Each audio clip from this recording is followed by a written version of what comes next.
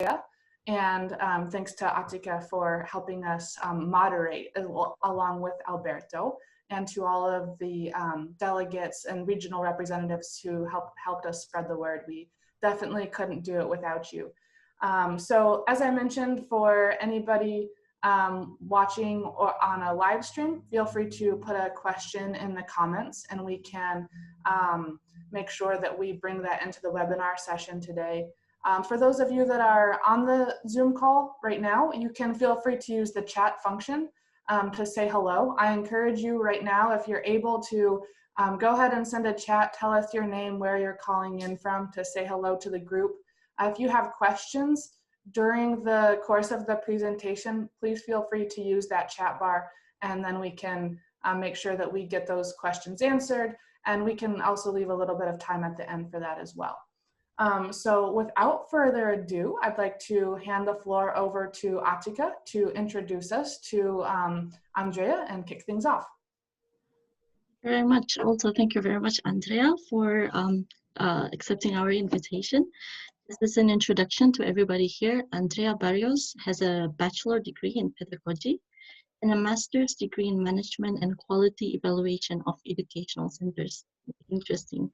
With 10 years of experience in different fields of education as a teacher, trainer, lecturer, instructional designer, education consultant, and coordinator for a lot of educational projects. She is now the educational transformation manager for Google for Education in Latin America, helping educators to integrate technology into the classroom in a pedagogical way. So we welcome Andrea Barrios. Thank you very much for accepting our invitation. And yeah. Thank you, Atika, and all the team for having me here, and hello to everybody. And please, yes, add some comments and say hello in the chat, and we can leave some time at the end to go over your participation. So thank you very much, and I will start sharing my screen right away, and thank you for introducing me, Atika. So I think maybe the only thing that I can add is like in the personal field. Well, again, my name is Andrea Barrios, and in the personal field, I'm also a mother of an 18-month-old child, and I'm going through this pandemic, as I'm sure everybody else is, just like learning on the go and trying to enjoy the little things of being home with the family and having the opportunity to have an impact in education at this time, which is like really stressful for everybody globally, right? And yeah, as Atika mentioned, I'm an educator passionate. I have experience as a teacher. I have a bachelor's degree in pedagogy, a master's degree in education quality management. I've lived abroad in Italy, in Spain, and in Chicago as well. I love traveling. And right now, I'm working as a transformation manager, as Atika mentioned, of Google for Education in Spanish-speaking LATAM. And so I was invited today to speak about like different topics. I'm pretty sure you've all seen the program, but I wanted to include it here. And thank you, Alberto, for putting this together, and the design and everything is just great. So I will be speaking a little bit about the global context in education. And then I'll give an overview of Google for Education, like what we do, what's our mission, what's our solution, our ecosystem, because I'm not sure that everybody in this meeting knows about us and our impact in education. And at the end, I suggested to include a small talk about one of our programs, which is the Google Innovator Program, since I know that this whole community is really committed to innovate, not only in education, also in other fields, but I'm pretty sure you will be interested in this program, and hopefully you can eventually join it. And as we mentioned, at the end, we will leave some room for question answer. So please, if you have any comment or question, just add it in the chat. So I wanted to open my my talk with this image and to ask you to think a little bit about the jobs of the future. Like, how do you picture the jobs of the future? Like for example, in 20 or 30 years from now, what skills do you think like people is going to need to work in our global society? And of course, this picture tells us a lot of things about technology, innovation, and maybe health or science. I don't know, maybe all of you are thinking of different things. But what I want you is to invite you to think about that, like which skills should we in education be developing in order for the society to be prepared for the jobs of the future. And this is a really interesting result from the World Economic Forum Future of Jobs report. It's from 2018, but it's about the jobs landscape in 2022. So it's actually right around the corner. But as you can see, the top 10 emerging jobs that will be look for will be like data analysts and scientists, artificial intelligence and machine learning specialists, general and operation managers, software and apps developers and analysts, big data specialists, digital transformation specialists, new technologies specialists. Of course, there are other topics as organizational development specialists, but again, information technology services. So around 8 out of these 10 are really related to technology and to innovation and big data and all these trends that we're kind of like starting to hear more about. But this leads us to this question, like, okay, so if these are going to be the top 10 emerging jobs, like which skills should we be developing nowadays? And I want to quote the former Secretary of Education in the United States, Richard Riley, who once said that we're currently preparing students for jobs that don't yet exist, using technologies that haven't yet been invented in order to solve problems that we don't even know that are problems yet. So this is kind of like we're walking blind, right? But we do know that there's like really valuable skills that are still going to be important nowadays, or in 30 years, or in 100 years. Let me show you which skills am I talking about. And in Google, we refer to these skills as the 5 C's, since they all start with a C, and these are creativity, collaboration, critical thinking, communication, and computational thinking. And we believe these like soft skills are key for the students and for the society to perform in a global society. Because if you're a person that is creative and know how to work with teams and to think critically and communicate your ideas and solve problems, because computational thinking is really related to this like step-by-step kind of thinking like the machine do, and it allows you to solve problems and to suggest solutions, right?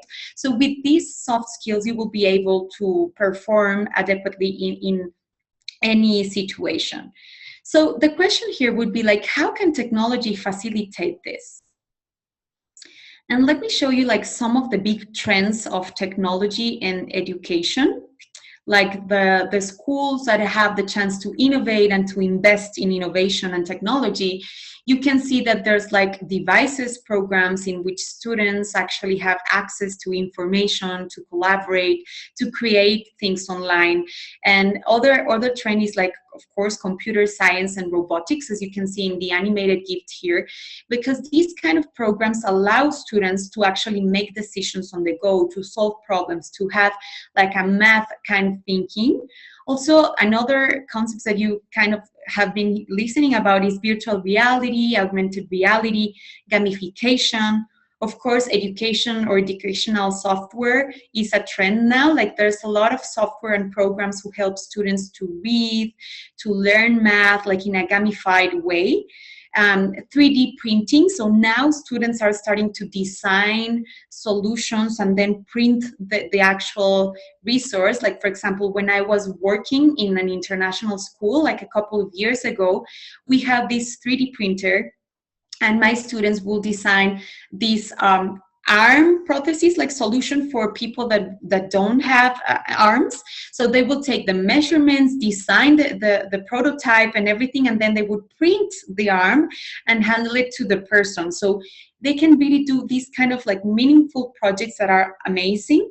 Of course, another trend in technology and education is STEAM, which I'm pretty sure you know about. It's science, technology, engineering, arts, and math. And maker spaces, it means like spaces where students can create and share and collaborate and get messy and learn from their mistakes and just have access to many kinds of materials and information and stuff. So this is just like some trends in technology and education. But after this opening, what I want to share with you really in this conversation as a representative of Google for Education is, okay, so what are we doing to help this panorama? And in Google for Education, we really work together to empower learning from anywhere. And right now, more than ever, since everybody is learning from home or from wherever they can, our mission is to help the society with this challenge. So our commitment to education is that we believe that schools and also students should have access to tools that help them transform learning and teaching at scale. So to enable this, our approach is to be helpful and assistive to every person in education ecosystem by building solutions that are designed to meet the evolving needs of those who use them. So this is our commitment, and our goal is also to meet the evolving needs of everybody who uses them, and that the ecosystem means like the teachers, the curriculum leaders, the students, and also the parents. Like, especially at this moment where education has changed like in an exponential way and in a 360 degrees, we're trying to look at the needs for everybody, not just the needs of the students and the teachers, but also the leaders, the parents, the families, right? And so we really work really close together with schools and with educators to design our solutions, right? So we spend thousands of hours talking to educators and with school leaders.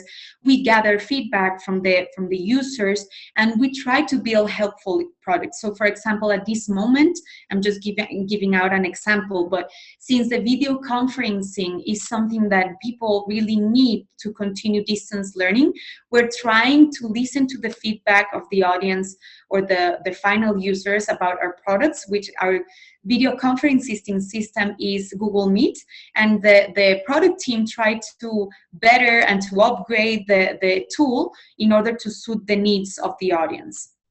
And as I've been mentioning recently, our goal is to help educators and students everywhere.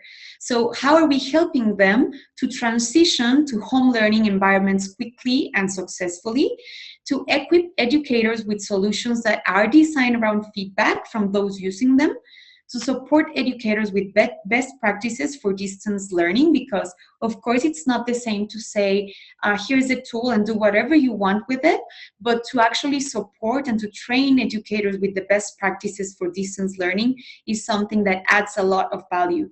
And finally, facilitating a hybrid learning from anywhere approach as schools transition back to classroom.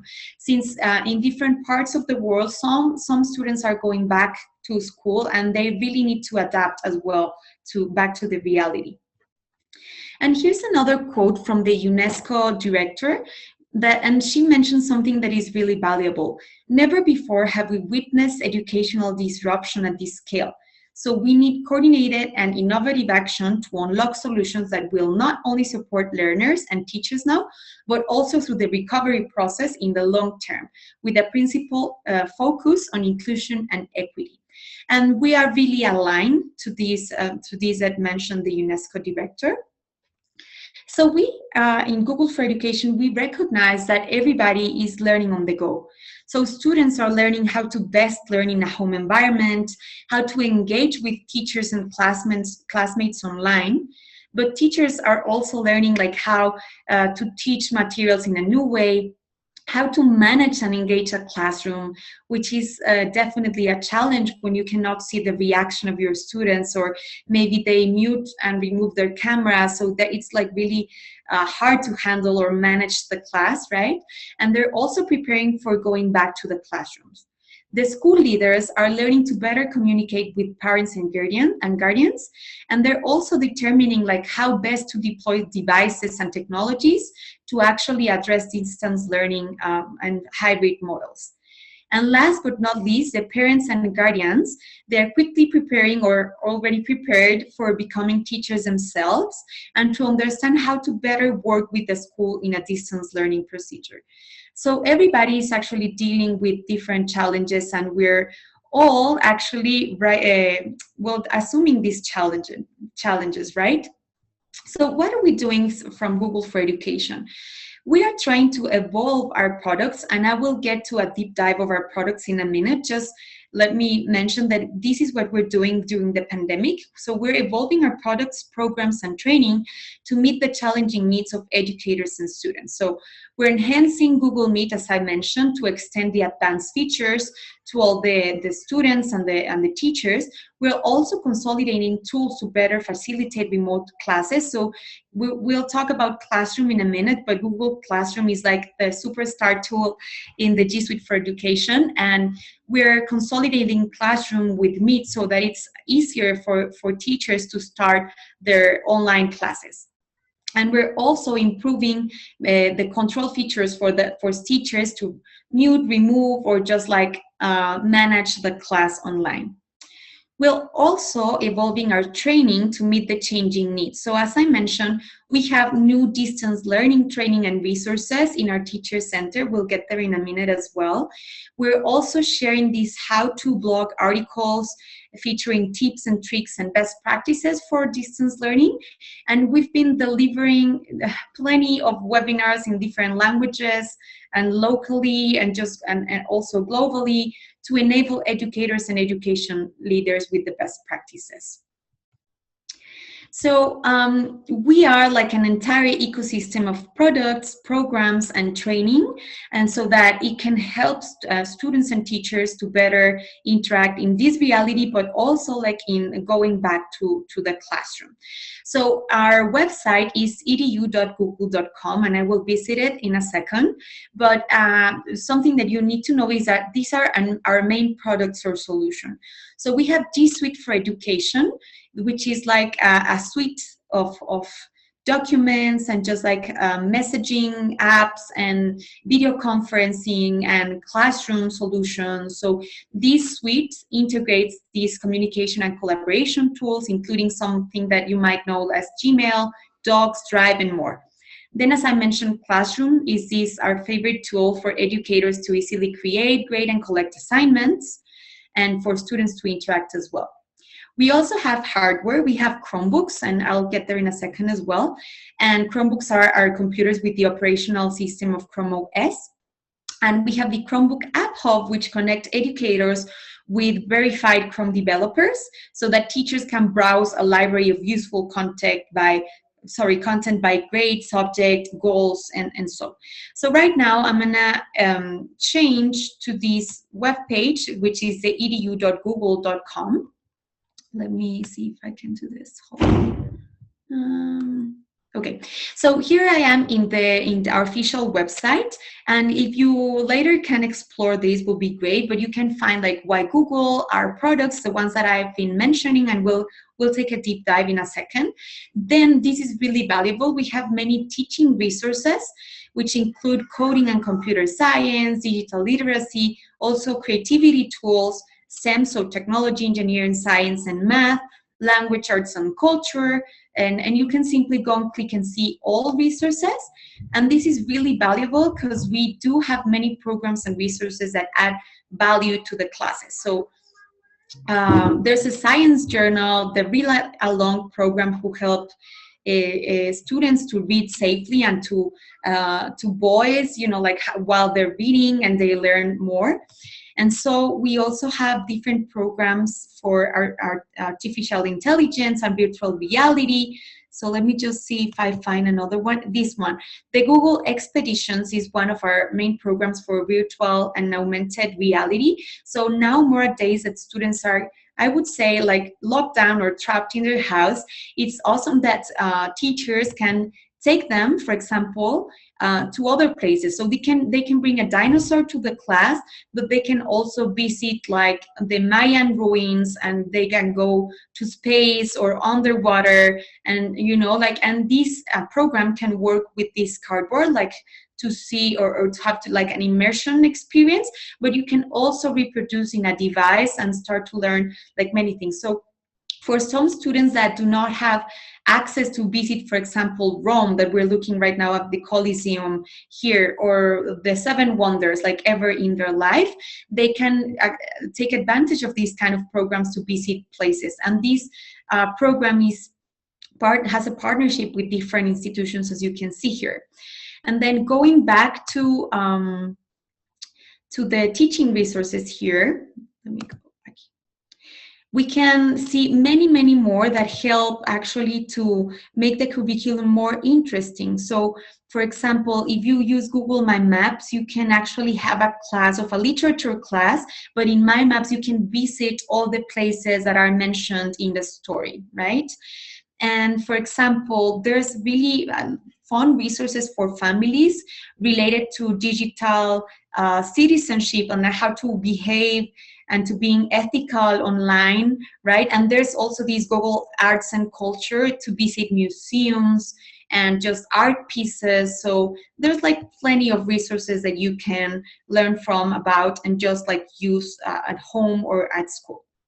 Okay, so going back to my presentation, let me share with you a little bit more about why Google for Education. So these are some recent numbers on how is Google for Education being used around the globe.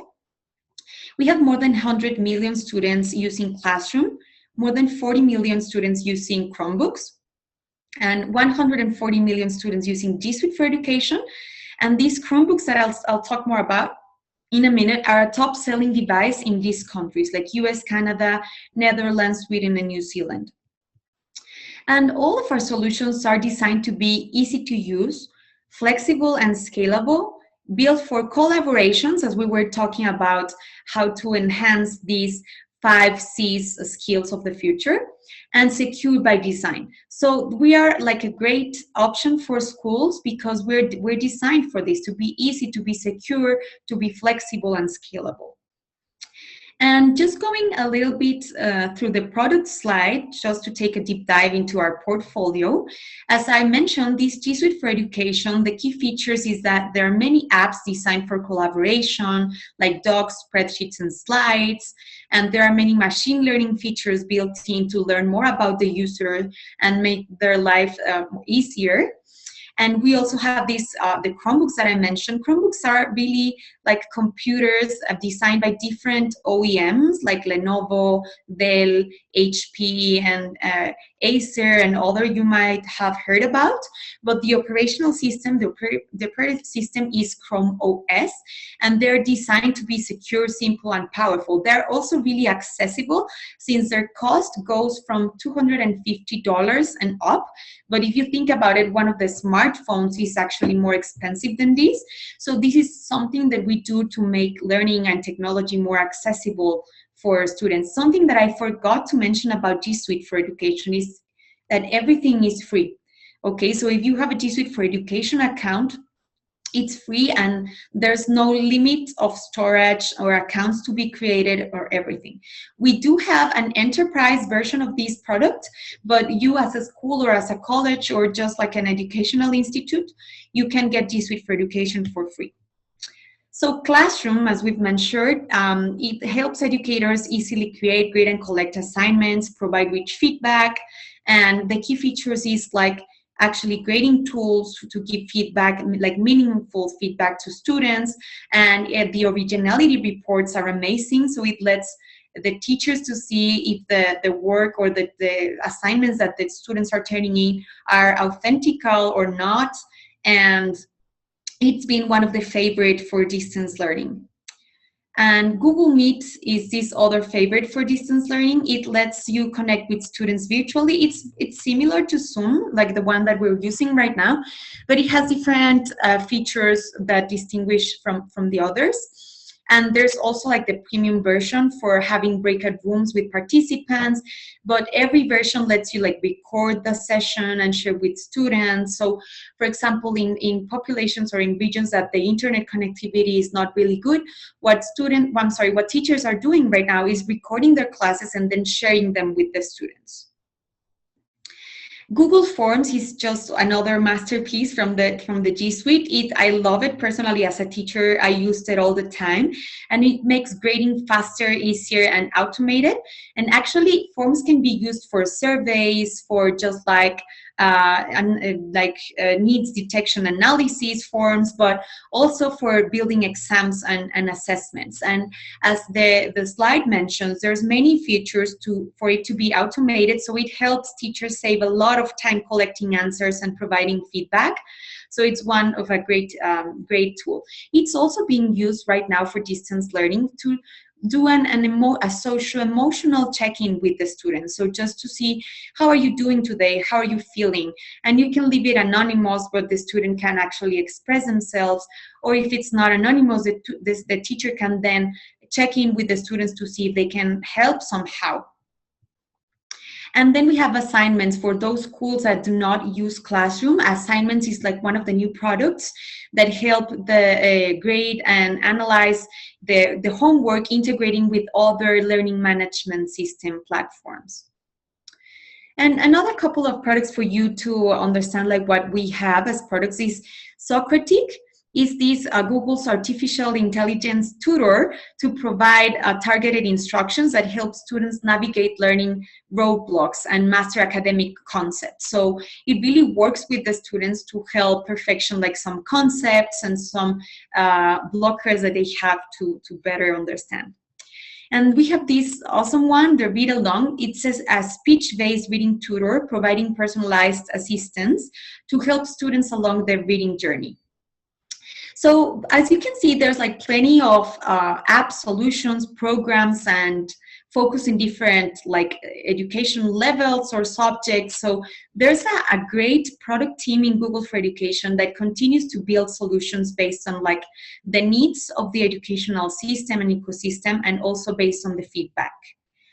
But apart from all these products and solutions that I've been sharing with you, I'm really pleased to let you know that there's another different team inside of Google for Education that specializes in the professional development opportunities, the training resources, the how-to tutorials, the Getting Started series. So like we completely understand that technology is never the solution, it's just a big part of it. But we believe that the power of education and training is super powerful to actually make technology meaningful and to help education. So this is the Teacher Center short link, and where you can learn basic and advanced skills across Google tools with free online training courses and designed for educators of all levels. So I will be there in a second for you to see. Let me see if I can click here. Also, Andrea? Yeah. I think we are a bit tight on time, so I'm just wondering how many more slides do you have? Because I think it would be better if we receive some question and answers. I think there's a lot of questions from audience. Absolutely, Atika. I'm sorry, and I didn't see the clock, so thank you for reminding me. Let me move forward. Just if you want to make a screenshot or visit the Teacher Center later, it's amazing. And the one part that I do want to cover is this last part. I will be brief. It's our programs, and I will get to the Innovator program, okay? So in the Teacher Center, you can find more about this education program. So we have this Google Educators group in case you want to join. Everybody's welcome to join, and these groups are actually passionate educators that share best practices about technology. We also have certifications like the level 1 and level 2 educator certification for you to develop like the skills to master the tools in the classroom. We have a certification for trainers, so for those educators that actually want to help to empower other educators to learn how to use Google for Education products. And we do have these other programs that I will focus for a couple more minutes in this, because it's the one I wanted you to to know more about, it's the Google Certified Innovator Program. And this program, it is a certification, but it doesn't require for you to study a curriculum or course and present an exam. No, it's a program to transform education with a project you are passionate about as a certified innovator. I know this giant community does a lot about innovation and having an impact in society, not only in education, but other fields. So I think this is a program that will be really meaningful or valuable to you. So the invitation is to join a global community of passionate educators who use technology to solve big challenges and advocate for impactful use of Google tools. And this is a global community of innovators. There's more than 20,000 innovators around the world in more than 53 countries for more than 14 years in place right now. And some of the things that innovators do to help other educators, this is just like examples on how they help to educators use better the Google tools. But let me just focus on these others. These are innovators who have expertise in important topics. So for example, Ian launched a digital access for artificial intelligence to help his district remedy the digital access gap in students' home and communities. So he joined the Academy of Innovation and he came out with this great project. Then we have Roberta from Brazil, who launched Navegar Juntos, who is like a portal to address digital citizenship themes and integrate it in an innovative way. And then we have Jared, who worked with Sacramento to host a summer of computer science for educators around the country. So if you join an Innovator Academy in person, it looks like this. Is an amazing 3-day of learning and just like passionate people sharing their projects, right? Their innovative projects to help society. And if you get in, then you're able to have these mentors and to help you with the design thinking program to help your project become true. And you can learn more about all the published innovator projects in edutransformationcenter.withgoogle.com. You will be able to see everything they do. And if you want to learn more about the program and how to get in, you find that in the Teacher Center, the g.co/Teacher Center. withgoogle.com. And so, I mean, that's it. I'm sorry I took a long time at the beginning. I wanted to be more focused on these other parts. So I want to be meaningful with your time. So I'm open to the final questions. And thank you for having me again. Yes, thank you so much, Andrea, for the comprehensive overview of Google educators' products. We have actually a question from Tabisi. It's in the chat box. He said, does an education institution need to be accredited to access G Suite for education? For example, community learning centers, are they eligible for the products? So if I understood correctly, Atika is which educational centers will be eligible to have our solution to the products? Is that right? Yes, because Okay. I think some of the learning centers, sometimes they have to be accredited to provide products and trainings to students. So do they have to be accredited, or can it be small community learning center? Yeah, that's a great question. Thank you. So every institution that is dedicated to education is more than welcome to get our products. So you can actually visit edu.google.com. Then you fill out a form and you just have to share the domain, like the website of the school. That's the only requirement. Even if it's a small educational center, they need to have a website to make sure that they are an educational center. That's the only requirement. Interesting. Thank you so much. Thank you. Here we have another question. Alberto? Thank you. Alexandra is asking about, do you have to have a project in order to join Google Innovators, or will you have able to join just to learn? That's a great question as well about the Innovator program. And yes, in order to join the program, you need to have a project in mind.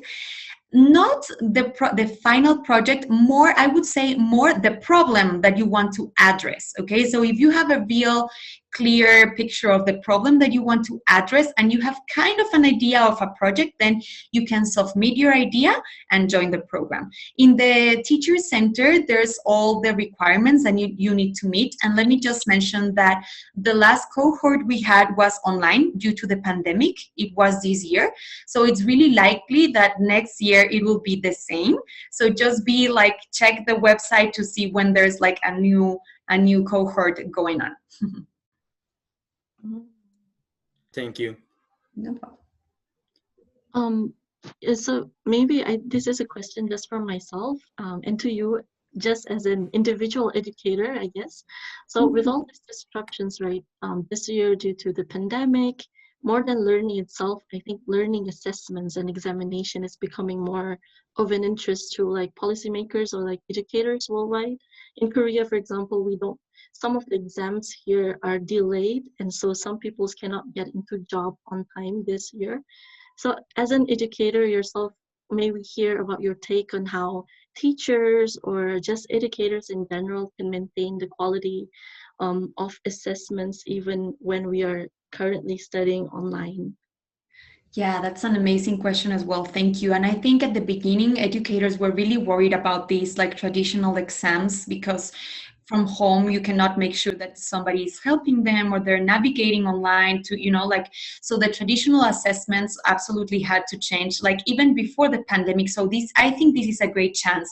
How I see it as an educator is that assessments need to happen since the beginning of any educational course. Like you need to assess what students know, what they're learning on the go, like more formative assessments rather than final assessments. And then actually the best way to assess knowledge is through group presentations. Like, why don't you share live what you understood about this, or why don't you present this project and what did you learn from it? Because it's proved that these traditional exams where you memorize all of the concepts, and you will not remember those concepts next year, but you will remember this one project you worked in, right? And the insights you took. So I think this is a perfect chance for educators to like switch, the assessment methodologies. Very much. Thank you. Hey guys, if you want to ask something, you can ask in the chat or raise your hand. Andrea, I have Yeah. Yeah, There's thank you. There's a question in the question and answer here. It says, all your education products are great and very broad. How much promotion is planned by Google, one of the most powerful companies worldwide, to help young people to get more acceptation in their surroundings versus conservative traditional thinkers? Yeah, Elizabeth, I'm sorry. Were you able to repeat the question? I just got a portion of it. So if you would be so kind to repeat it, please. Yeah, it's from Alexander Hawk. Maybe I could allow him to talk so he can ask that himself too. Oh, okay.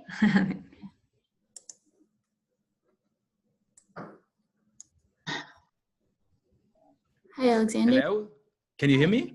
Yes. Yeah, we can. Thank you very much. It was very interesting. For me, the question is a little bit like in the meta level.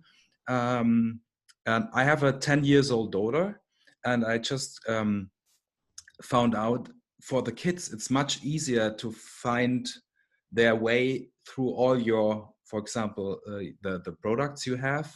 But I think one of the biggest problems is that the traditional thinking is in Germany, but I think all over the world, still pretty hard. And my question is are there any plans for a big campaign by Google? Because it's one of the most powerful companies in the world, like a campaign to get a bigger understanding how important the new way of education is. Yeah, thank you, Alexander. I find really nice that you found this all interesting, and that's a great participation and question.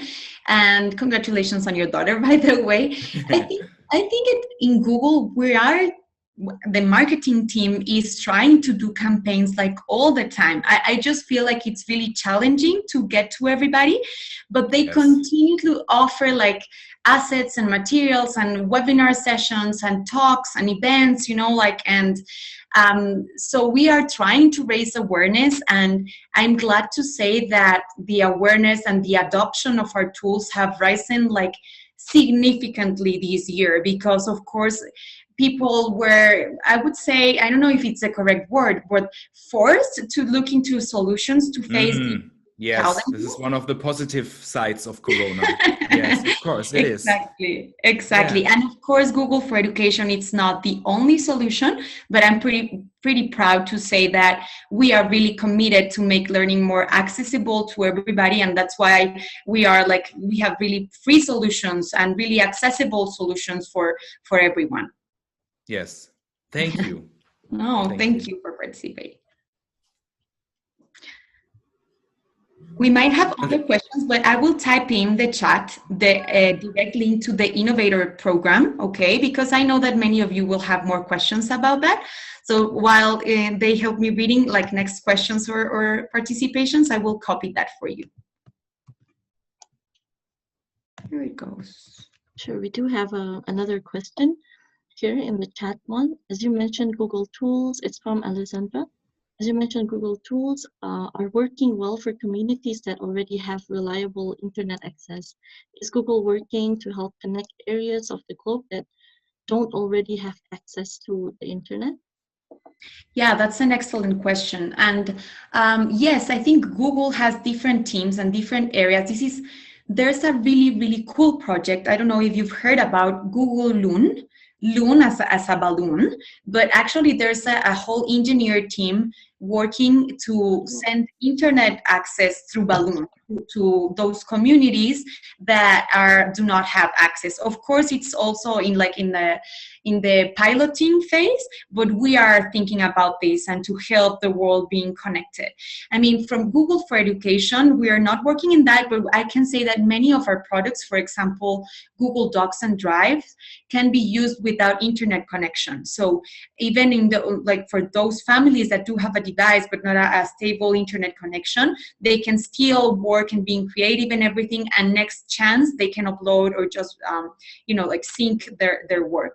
So we're trying to build these solutions, but we actually admit this is a global challenge. And speaking from Mexico as a Mexican, and Alberto can understand here, but we are in a critical situation in this point, and we're trying to help the governments with this. Yeah, I hear about Google Loon. It's a great project. It's amazing because you are trying to use the sky to give internet connection to everyone. It's amazing. It is. I'm sorry, I have a personal question about what's your personal vision about the next years, talking about global education, and what's the Google's vision about it? Yeah, that's a great intervention, Alberto. Thank you very much. I've been thinking and actually talking with my husband about this, with the morning coffee, and I think that even if we eradicate this pandemic and we go back to normal, I think we're not going back to normal because many companies and schools and many industries have found a different way to do things, right? And so my vision is that, for example, I've been speaking with this school that I used to work in, and they're already planning for not going back like in a daily basis. Like students will go like a couple or 3 days a week and then stay home. And I think that's gonna have like many, many benefits, for pollution and for family interaction and for different things, but at the same time having a couple of days to just go and socialize and meet your friends and just like being in school. I don't know, that's my thinking of how it's going to be. I think it's going to change. It's already changing, and I think the governments and the societies have done things that wouldn't have done if the pandemic wasn't here. Like we actually evolved or evolution like, I don't know, 10x times, right? So I think things are going to change, definitely. That's my personal vision. And as Google for Education, I believe that our posture is that we still need to help educators and the whole educational system to learn from anywhere. That's our point, right? So if they are going back to school, we can help them integrate technology to make learning more meaningful. But also, if we want people to be able to learn from anywhere. So from school, from home, from a hybrid model. So that'll still be our commitment and vision for education. Thanks. Thank you. We have a question here from Yvonne. How can we train teachers for these educational technological revolution? Yeah, that's a great question. And let me just repeat that this teacher center is amazing. I think Alberto copied the link. It's g.co/teacher center. And you can find free courses, free guides, like in case you want to learn only about one product, then you have tutorials and really friendly courses to get started.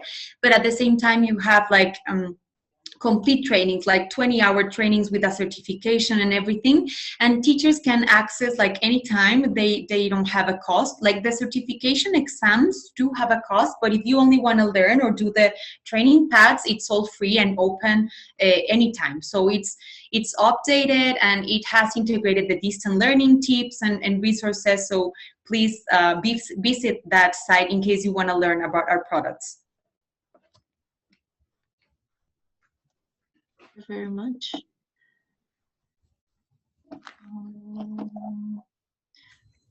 Atika, there's one more question in the Q&A box. The Q&A box. Oh, it's from Alexander again. Is it possible to use some of your presentation pages for own purposes? Alexander, yeah, be my guest. I mean, I put that together. The first part of the presentation, it was just me trying to explain what's the panorama of education and technology and the jobs of the future. And everything else is from the marketing team, you know, like the product pages and everything. But I can share to Atika, Alberto, or the team, maybe the PDF version of those slides that you can use if that's useful, and they can share it with the group if that's okay with you.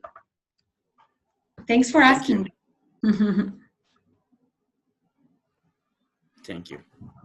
Thank you so much for that. So we have another 7 minutes.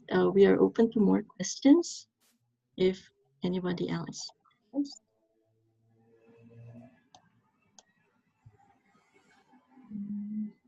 So what you mentioned that we can join the courses for free, but the certification has a cost.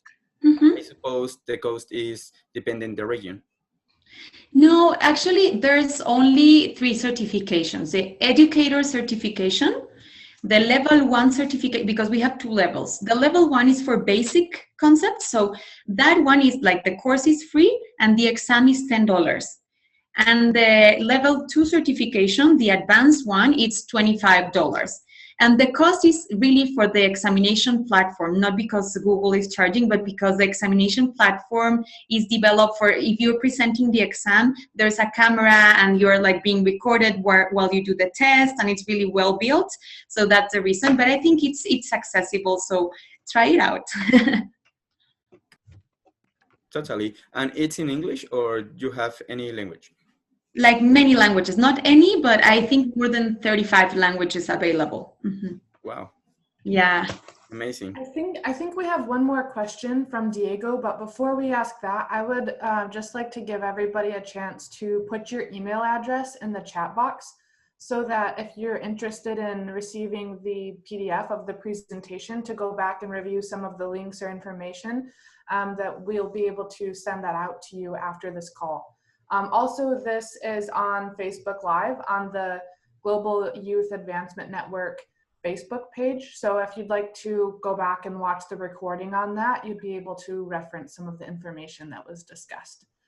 So I think Diego or Atika, you want to ask the last question for us? Yeah, sure. There's another last one from Diego. I think he is a EdTech startup. The question is, looks like the program is only for educators. If we are an EdTech startup, can we also join the program? Yeah, that's a great question, Diego. And by the way, my son is named Diego, so you have a great name. But yeah, I mean, I just presented everything from Google for education. But Google has also programs for entrepreneurs and for startups. So I would encourage you to look up for these opportunities and information. Right now there's like Google Learning from Home from Google, and it's also for like startups and for families, like not only for educators. So it's not my area of expertise, but there's definitely programs related to that. So I encourage to look up for it. Thank you so much. We have several other questions in the question and answer section. This is again from Alexander Hall. How much media competence is involved in your program, like simple things such as handling cameras or social media? How much media competence is involved in your programs? Alexander, would you be so nice to explain a little bit further for me, please?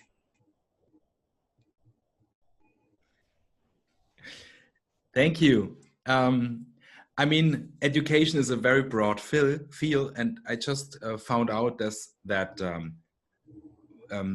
talking in front of the camera for you it's normal, but I think especially teachers, but also young people with this confrontation, technical confrontation with cameras, talking in front of people, using social media, these kind of soft skills as well, how to live in this new world, in this digital world. I think this is a pretty important topic, which is not often mentioned in these kind of education programs. That's my question. How do you handle it? Yeah, that's an excellent. I think like the experience make the expert, right? But we don't have a program or a course to build these skills in people. What we do have is like digital literacy courses, like to better navigate through social media or through platforms, or to understand better how technology works. And also the digital citizenship courses, like to be a more respectful and ethical person, and like in the online. Very important. That's super important, but I will take this input from you, because we don't have one program right now to be like more, easy to speak through the camera and everything. And I do think it's a well required skill nowadays. Like, I love to do little YouTube tutorials, and my daughter, she helps me at the moment. But I do that because I'm a marketing specialist, so I'm used to that. But I think this is getting more and more important to know how to do stuff like this. I mean, this is a very special kind of presentation, and also maybe points of like how to behave in comments and all these stuff, which are big issues already today. The physical, psychological problems who comes with this, all this stuff. If you have bad comments, Exactly. I think this, yeah. No, absolutely. And you made me think about, for example, YouTube is another team inside of Google for Education, and they're very focused on learning at this time, because as you know, it's becoming one of the most useful tools. It's not part of Google for Education, but a separate team. And they do have this Creator Academy in YouTube. I will share the link with you, because actually for the people that produce content for YouTube, it's really useful. They teach them how to actually speak and create their content and have their followers and so. Yes, I know that. I just think education and this creator team, maybe this could be more combined, that it's just normal. Like if you learn writing with your hands today, the first in Germany, it's like the first class of your life, you just learn how to read and to write. And today, maybe it's very important to be in front of the camera, handle it, knowing how to, that's maybe a new kind of media competence, which needs to be taught more than it's done right now. Absolutely. And I think there are other programs that sometimes have partnered with Google and that are great for this. I agree with everything you're saying right now. I forgot the name. I'm sorry. If I remember, I will share it with the PDF for you to visit that source. Thank you very much. No, you're welcome. I think we're running out of time, because I see that I have another meeting in a minute. Yes, I just want to say thank you, Andrea, for taking the time to give us your presentation and also answer all of the questions we had. I think it was really educational for us. And the nice thing about it was with all of those links, we have our homework cut out for us and some websites to go explore and things to learn after this as well. So thank you again. And thank you to Alberto and Atika for leading the conversation for us today. Thank you for having me and have a wonderful rest of the day. All right. Thank you. Thank you. Everybody. Thanks for joining, everyone. Thank Bye. you. Bye.